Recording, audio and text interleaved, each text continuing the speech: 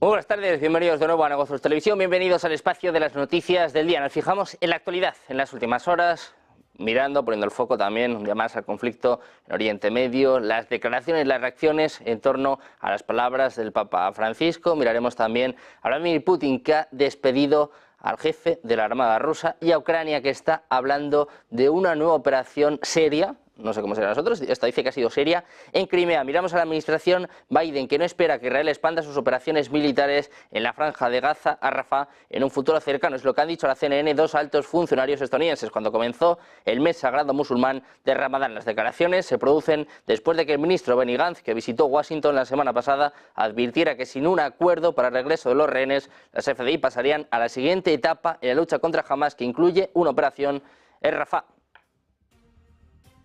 Hablamos también de Estados Unidos. Ha enviado a Gaza un primer barco con equipo para construir un puerto temporal para dar ayuda humanitaria. El mando central de Estados Unidos ha anunciado este domingo la salida de un primer barco con equipamiento necesario para la construcción de un puerto temporal para gestionar la entrega de ayuda humanitaria en la franja de Gaza.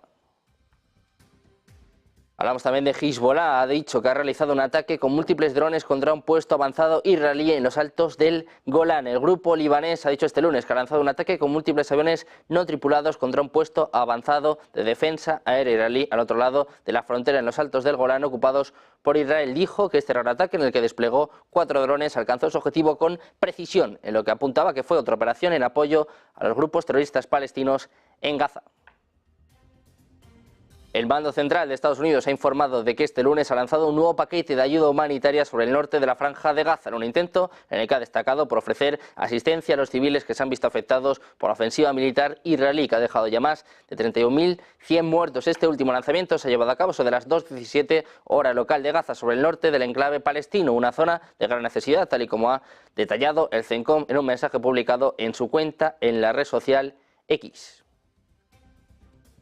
Las reacciones por parte de Irán ha calificado este lunes como un ridículo espectáculo el envío de ayuda humanitaria a Gaza por parte de Estados Unidos, al mismo tiempo que bloquea los esfuerzos internacionales para establecer un alto el fuego en este conflicto. Nasser Kanani, portavoz del Ministerio de Asuntos Exteriores iraní, ha dicho que la acción simbólica de Estados Unidos de enviar ayuda humanitaria es un espectáculo ridículo y a la vez amargo. Dice, por un lado, previenen el cese de la guerra con el veto de resoluciones en el Consejo de Seguridad de la ONU y por otro, intentan mejorar su bélica imagen en el mundo con el envío de asistencia humanitaria en una manera simbólica y ridícula. Pendientes también un día más del Mar Rojo. La Marina británica ha alertado este lunes de que se ha registrado una nueva explosión cerca de una embarcación que transitaba en el Mar Rojo, donde los hutíes de Yemen están intensificando sus ataques contra la navegación comercial y los buques de guerra de Estados Unidos y Reino Unido. De acuerdo con la nota, la deflagración no provocó daños en el barco ni tampoco en su tripulación, que se encuentra a salvo, al tiempo que la coalición naval liderada por Washington está investigando el origen del ataque, que los hutíes por el momento no han reivindicado. Además, miramos también a Taiwán, a los últimos datos de inteligencia recopilados por el gobierno taiwanés, que sugieren que no existe un peligro inminente de guerra con China, pese a los esfuerzos del gigante asiático por normalizar la presión militar sobre la isla. Es lo que asegura este lunes un alto funcionario del gobierno de Taiwán. Dice, actualmente no tenemos información relacionada con un inminente estallido de una guerra en el estrecho de Taiwán, pero continuaremos prestando atención y supervisando cualquier anomalía para evitar que la situación empeore. Durante la reunión del Comité de Asuntos Exteriores y Defensa del Yuan Legislativo, afirmó que el Ejecutivo taiwanés está trabajando con sus aliados sobre esta cuestión y que por ahora no hay datos que demuestren que las tensiones en el estrecho de Taiwán estén aumentando de una forma brusca. Miramos ahora los ejercicios militares de China, Rusia y de Irán. En concreto, las armadas china, iraní y rusa están llevando a cabo ejercicios marítimos conjuntos. Van a tener lugar del 11 al 15 de marzo cerca del Golfo de Omán. Es lo que ha dicho este lunes el Ministerio de Defensa de China, apuntando a que los ejercicios tienen como objetivo mantener conjuntamente la seguridad marítima regional. Es lo que ha dicho el Ministerio en un comunicado. Ojo, porque China va a enviar 2 buques de guerra con misiles guiados y un barco de suministros para participar en el ejercicio. Por su parte, el Ministerio ruso ha dicho que la parte práctica del ejercicio se va a desarrollar en las aguas del Golfo de Omán, en el Mar Arábigo. El objetivo principal de las maniobras es mejorar la seguridad de la actividad económica marítima. Varios buques rusos han llegado este lunes al puerto iraní de Chabahar de cara a su participación en las maniobras llamadas Cinturón Marítimo de Seguridad 2024. Hablamos ahora de Viktor Orbán, del primer ministro húngaro. Dice que Washington va a dejar de ayudar financieramente a Ucrania para que se defienda del ataque ruso en el caso de que el republicano Donald Trump vuelva a ser elegido presidente de Estados Unidos en las elecciones de este año. Es lo que ha afirmado el primer ministro húngaro 2 días después de ese encuentro con el exmandatario estadounidense. Dice literalmente, Trump no dará ni un céntimo para la guerra entre Ucrania y Rusia, por lo que la guerra terminará, ya que está claro que Ucrania no es capaz de mantenerse a sí misma. Orbán, considerado uno de los principales aliados de Kremlin, hizo estas declaraciones tras entrevistarse con Trump el pasado viernes en Florida, insistiendo en que si Estados Unidos y los países de la Unión Europea no le dan más dinero y armas a Ucrania, la guerra va a terminar. Hablamos también de Alemania. Está abierta a intercambiar misiles de largo alcance con Gran Bretaña para armar a Ucrania, según ha dicho la ministra de Asuntos Exteriores del país, Annalena Baerbock. Ha indicado que está a favor de la propuesta de Lord Cameron de que Berlín cambie sus misiles Taurus por los británicos Storm Shadows para que Ucrania pueda recibir armas de largo alcance, decía la ministra alemana. Sería una opción, comentando la propuesta del propio Cameron. Dice: el intercambio circular es, por así decirlo, un invento alemán. Sería una opción y ya lo hicimos con otros equipos hace algún tiempo. Miramos ahora al presidente francés, Emmanuel Macron, y es que el Palacio del Elíseo podría volver a cambiar las fechas de la visita del presidente francés a Ucrania, que ya fue pospuesta de febrero a mediados de marzo, tal y como está informando el periódico La Tribune, citando una fuente de la administración del líder francés. Esto se debe a las explosiones que tuvieron lugar cerca del puerto de Odesa durante la pasada semana, precisamente la visita del primer ministro griego a esta ciudad. Según la fuente de la publicación, el Palacio del Elíseo se tomó muy en serio la caída de un cohete ruso a menos de 500 metros del puerto de Odesa, visitado por Zelensky y también por Mitsotakis. Los interlocutores de la Tribune confirmaron que Macron todavía quiere visitar Ucrania, pero no necesariamente dentro del plazo previsto por los departamentos pertinentes. Macron también baraja ahora la opción de visitar Ucrania acompañado de otros líderes, como en junio de 2022, cuando iba con los líderes de Alemania e Italia. Según el periódico, al viaje también podrían sumarse jefes de los países bálticos, Gran Bretaña, Países Bajos, Rumanía y República Checa, que abogan por una línea más dura contra Rusia. Miramos ahora las declaraciones del secretario general de la OTAN, de Jens Stoltenberg, que ha abierto por primera vez las puertas a una negociación con Rusia. Dice que Putin es el único que puede tener esta guerra, que la rendición no es igual a una paz y que la única solución es una negociación. Escuchamos. President Putin started this war and he could end it today. But Ukraine does not have this option. Surrender is not peace. We must continue to strengthen Ukraine, to show President Putin that he will not get what he wants on the battlefield, but must sit down and negotiate a solution where Ukraine is recognized and prevails as a sovereign independent nation. También ha hablado la presidenta de la Comisión Europea, Ursula von der Leyen. Ha asegurado hoy, tras unas polémicas declaraciones del Papa Francisco, que nadie quiere más la paz en Ucrania que los propios ucranianos, y que habrá paz en el momento en el que el presidente ruso Vladimir Putin deponga las armas. Decía: he estado en 7 ocasiones en Ucrania y cada vez hablé con la gente allí y nadie anhela más la paz que los ucranianos. Todos sufren por esta guerra que les ha impuesto Putin. Dice: los niños, las mujeres y los hombres. Es lo que ha recalcado en una rueda de prensa en Berlín con la cúpula de su partido, con la CDU, tras la reunión para aprobar el programa electoral y de su socio bávaro de cara a las elecciones europeas en junio. Von der Leyen subrayó que la paz, según le recuerdan siempre los ucranianos, debe ser verdadera y justa. De hecho, instaba al propio Papa Francisco a visitar directamente Ucrania. Seguimos hablando de Rusia, de las declaraciones del Papa Francisco. Hoy el Kremlin ha afirmado que estas declaraciones sobre izar una bandera blanca, unas declaraciones que, por cierto, han levantado muchas ampollas en Ucrania, se pronunciaron a favor de las negociaciones para poner fin al conflicto, no de la rendición de Kiev. Decía Peskov: entiendo que las palabras del pontífice tenían un contexto más amplio. Además, agregó que el sentido de las palabras es transparente, ya que se pronunció a favor de las negociaciones. Además, decía: ustedes saben que también el presidente ruso, el propio Putin, ha declarado en incontables ocasiones nuestra disposición a resolver los problemas mediante negociaciones, y esta es la vía preferible, pero chocan con la negativa tajante del régimen de Kiev, que busca el apoyo de muchos países europeos para seguir haciendo todo lo posible y condenar a Rusia a lo que consideran una derrota estratégica inevitable. Reacciones también por parte de Volodymyr Zelensky y por parte del presidente ucraniano. Ha respondido a la presión del Papa de que ondee la bandera blanca. Ha criticado directamente el llamado del Papa Francisco a negociar. Dice que es una mediación virtual. En su discurso vespertino, el presidente Zelensky ha agradecido a los capellanes ucranianos y agregó: de esto se trata la Iglesia, de estar con la gente, no a 2.500 kilómetros de distancia, participando en una mediación virtual entre los que quieren vivir y los que quieren matarlos. Por su parte, las fuerzas rusas siguen avanzando hoy cerca de Bakhmut y Avdiivka, es lo que muestra un informe de un importante centro de investigación. Las tropas rusas, dicen, han avanzado marginalmente hacia el oeste de Bakhmut en Ivaniske, es lo que informa el Instituto para el Estudio de la Guerra estadounidense. Rusia Milbloggers afirmó que las fuerzas de Moscú controlan el 80% de Ivaniske y que han realizado avances marginales cerca de Druzhba, al suroeste de Bakhmut, y dentro del puerto de Bodanivka, al noroeste.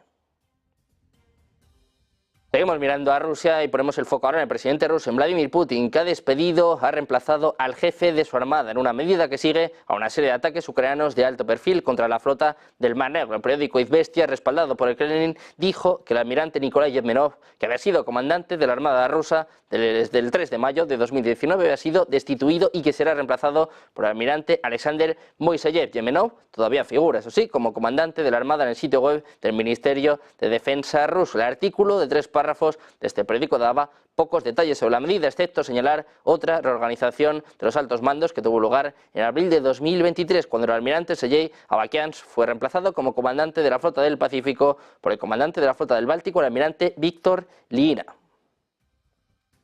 Por su parte, el gobierno de Rusia ha adoptado este lunes el mecanismo con el que busca intercambiar activos rusos congelados en países occidentales, especialmente a raíz del conflicto en Ucrania. Ha designado una empresa como mediadora para lograr estos canjes. Los ciudadanos rusos con activos bloqueados fuera del país van a poder solicitar este mismo mes, a partir del 25 de marzo, a las autoridades la venta de estos bienes a extranjeros que tienen a su vez activos en Rusia, a los que actualmente no pueden acceder. La empresa Investitionaya Palata, sobre la que no pesan sanciones internacionales, va a ser la encargada de recabar todas estas peticiones, según ha informado la agencia de noticias Bloomberg.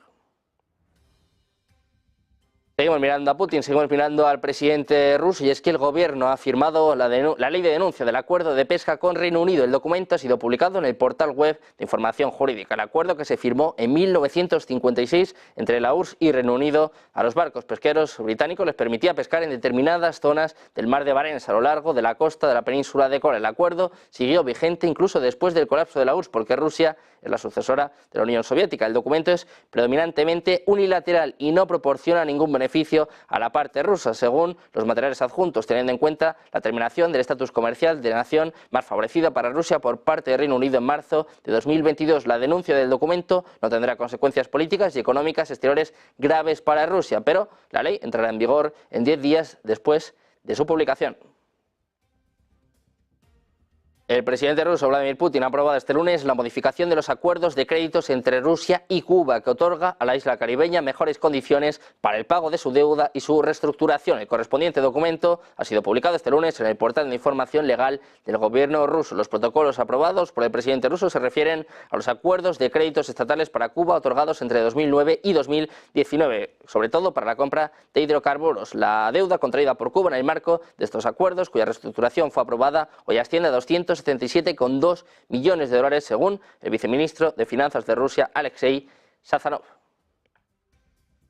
Miramos ahora de nuevo a Rusia, que abrirá varios colegios electorales en la región de Transnistria para sus elecciones presidenciales del próximo 17 de marzo. Es lo que están escribiendo medios locales, citando un mensaje de la embajada rusa en Moldavia, a pesar de que el gobierno central ha determinado que un colegio electoral solo puede funcionar en la región de Transnistria, sede de la embajada de Chisinau. La agencia Novosti de Transnistria ha informado hoy que la embajada rusa supuestamente planea abrir 6 colegios electorales en la orilla izquierda del Dniester. La prensa de izquierda del Dniester anuncia que la Federación Rusa va a abrir los colegios el próximo 17 de marzo en Tiraspol, Bender, Rinita y Grigoriopol, que estarán abiertos además de 8 A8. En concreto, en un comunicado dicen también que mañana 12 de marzo el embajador de la Federación Rusa en Chisinau, Oleksiy Vaznesov, va a ser citado en el Ministerio de Asuntos Exteriores. Durante la reunión, el diplomático ruso será informado de la posición de desaprobación de la decisión relativa a la apertura de los colegios electorales de la Federación Rusa en la región de Transnistria de la República de Moldavia. Llevamos semanas poniendo el foco en Transnistria, en lo que puede ser nuevo foco del conflicto entre Rusia y la OTAN. Pues ojo, porque Rusia va a abrir colegios electorales este mismo fin de semana y Moldavia lo está reprochando, ha convocado ya directamente al embajador ruso en Moldavia.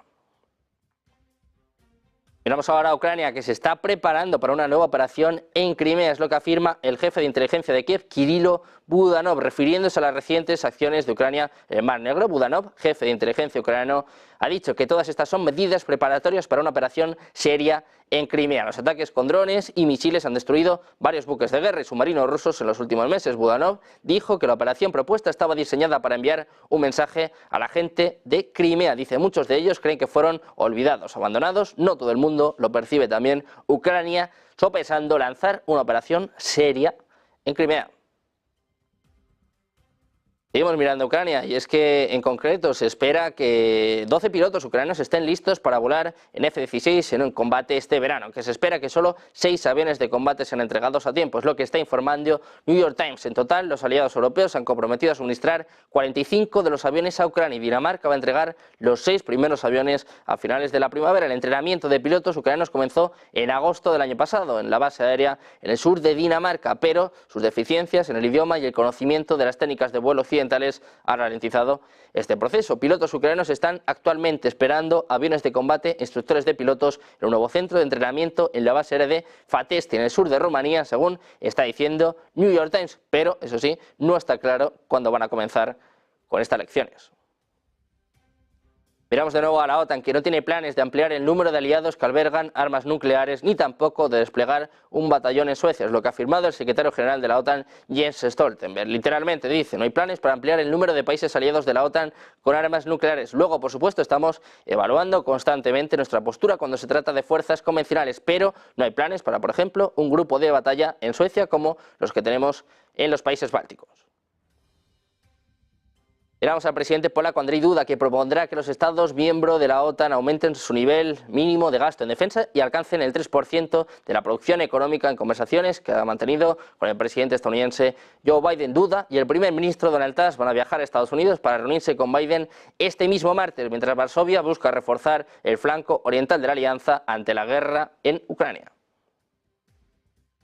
Y además hablamos también de los agricultores polacos. Han vuelto este lunes a salir a la calle para bloquear, en concreto, varios puntos de la frontera con Ucrania en el marco de una nueva jornada de protestas contra el Pacto Verde Europeo y la decisión de la Comisión Europea de retirar las medidas arancelarias sobre la importación de productos alimentarios procedentes de Ucrania. Las autoridades ucranianas han indicado que actualmente hay 5 pasos fronterizos bloqueados, y bien a lo largo del fin de semana los agricultores han levantado los bloqueos establecidos en la autopista, por lo que el tráfico se está acumulando ahora en otras zonas. El portavoz del Servicio Fronterizo Estatal ha señalado que actualmente hay unos 1.700 camiones haciendo cola en la frontera, la mayoría en el paso de Yagodín, a través del cual no dejan pasar a los vehículos. A este paso fronterizo se suman Seguina y Ugrinif, entre otros.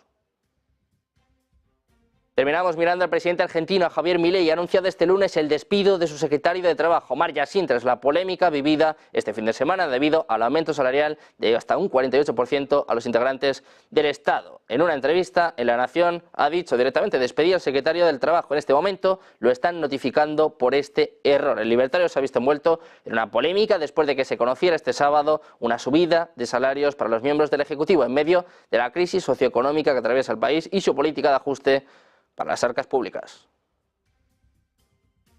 Pendientes de más noticias, de más actualidad, de más últimas horas, de traer como siempre el mejor análisis, hacemos una pausa y enseguida comienza el cierre de Wall Street de la mano de Javier Longo.